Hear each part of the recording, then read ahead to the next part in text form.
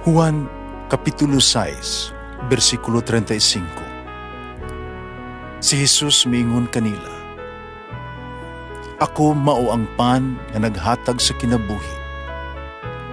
Ang muari kanako dili nagayod gutomon, ug ang mutuo kanako dili nagayod uhawon." Pan sa kinabuhi.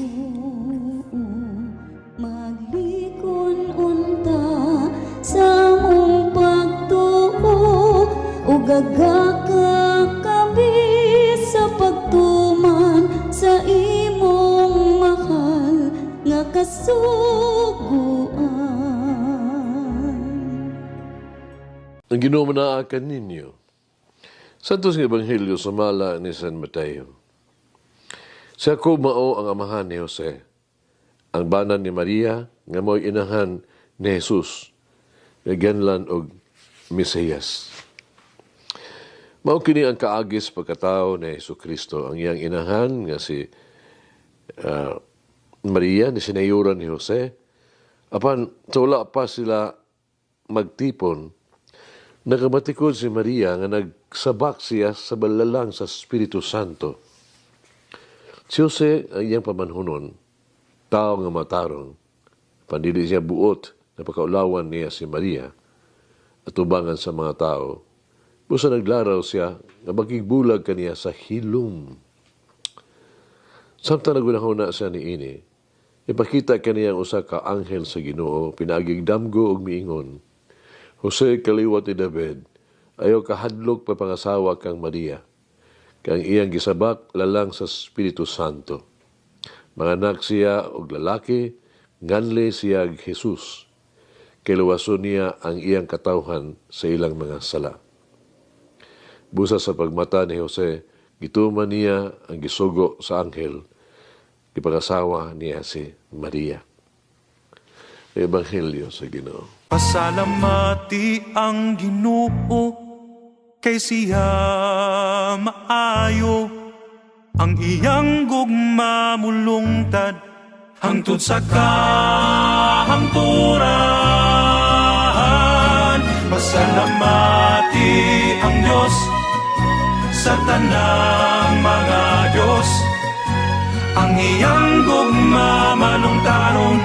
Pasalamati ang Ginoo sa mga Ginoo, ang iyang gugma malungtaron.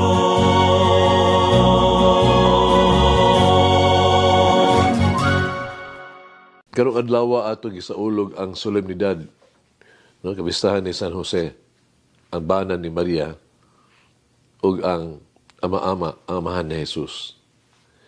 Si San Jose talagsaon nga tao. Siya, ito ka cool, kay simple, no? Pero lig-on siya, ug kasaligan. Kung nakaila ka, ug usa ka, babae, nangita siya ideal ng pamanhunon. Ina siya, ayaw pangandoy anang gitawag-tawag ka, malaki lang hitsuraan o sapian o unsa pa. Kinalihinuon niya, pinitaon niyang tao nga sama ni San Jose. Nga makaplagan niya mga hiya sa itin, nga mga samayong bana.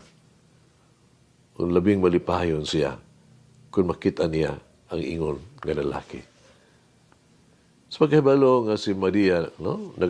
Nagaplagan nga nagsabak. San Jose wala biya masuko. Wala siya maglagot. Kalma lang siya. Gani, masinabtunon kaya siya. Wala niya ibutyag ang kahimtang ni Maria, haron siya pakaulawan sa katawhan.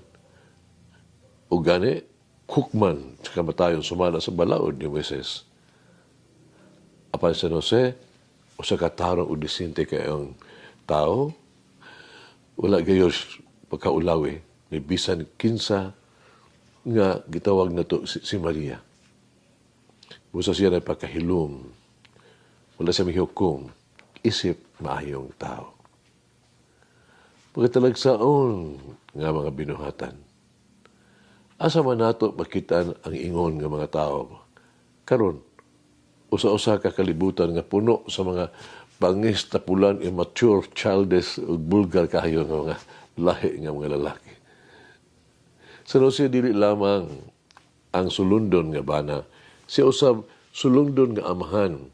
Kita sigurado kita na si Jesus isip usan niya ka anak, nag-isip kaniya nga iyang matag model usa ka pinag-ingnan. Hinundom ka ba sa panahon nga diha nga mga Fariseo mga eskriba nagdala nga to kang Jesus usab usa ka babae nga nasakpan nga nanapaw? Gitataw ni Jesus ang babae uban sa gitawag to pagtahod, kaluoy. O kalumo sa pasamang paaging gibuhat, sa iyang amahan ni San Jose, diha naisakpan, naibawaan na si Maria nga nagsabak. Ang pagsama gyud siyang amahan, mo nang gitawag nila ito, like father, like son. Hinaot nga ang mga lalaki, sundo nato siya San Jose sa iyang mga pamaagi. Hinaot nga, kadtong nangita o mga maayong mga bana, mag-ampok ka San Jose, o mangayo sa iyang tabang sa papagitag takos ng mga lalaki nga mahigugma, umutakod, o matiman kanila. Isa mag-ampok kita. No?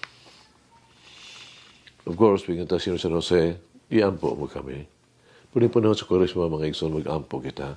May gumaon nga Diyos. Itugyan ko kanimo kining umaabot nga panahon sa Koresma. Mangyoon ko ikaw, ipakita ka nako kung unsa ang kinahanglan na akong talikdan o kung unsa ang kinahanglan na akong ipunting. Idanag sa imong mahigmaong kahayag sa gitgit sa bahin sa kuang kasing-kasing. Ug magdala og bag-ong kinabuhi, bag-ong paglaom, bag-ong mga posibilidad. Tabangi ako sa paglakaw nga mas duol uban ni Jesus. Umibalaan ko, naghigugma ko pag-ayo, ug pagpaambit sa iyang gugma sa uban. Amen. Mama Mary, sustain my faith when I face the impossible. Malangin ang Diyos mga gahom sa tanan, Amahan, Anak, Espiritu Santo. Amen. May the Lord of the divine mercy bless us all, heal us from all diseases and suffering. Ayun unta niya kita, tanang mga sakit na sa lawas o sa kalag, body and soul. In the name of the Father, the Son, and of the Holy Spirit. Jesus, I trust in you. Amen. Whoever eats the bread of life will never hunger, says the Lord. Kay galaan inyong nabati ang pagpaambit ug hamubong pamalandong sa pulong sa Dios pinaagi sa tulumanon. Pan sa kinabuhi nga gidumala ni Monsignor Daddy Silva. Hangtod na usab sa sunod higayon, daghang salamat. The bread of life.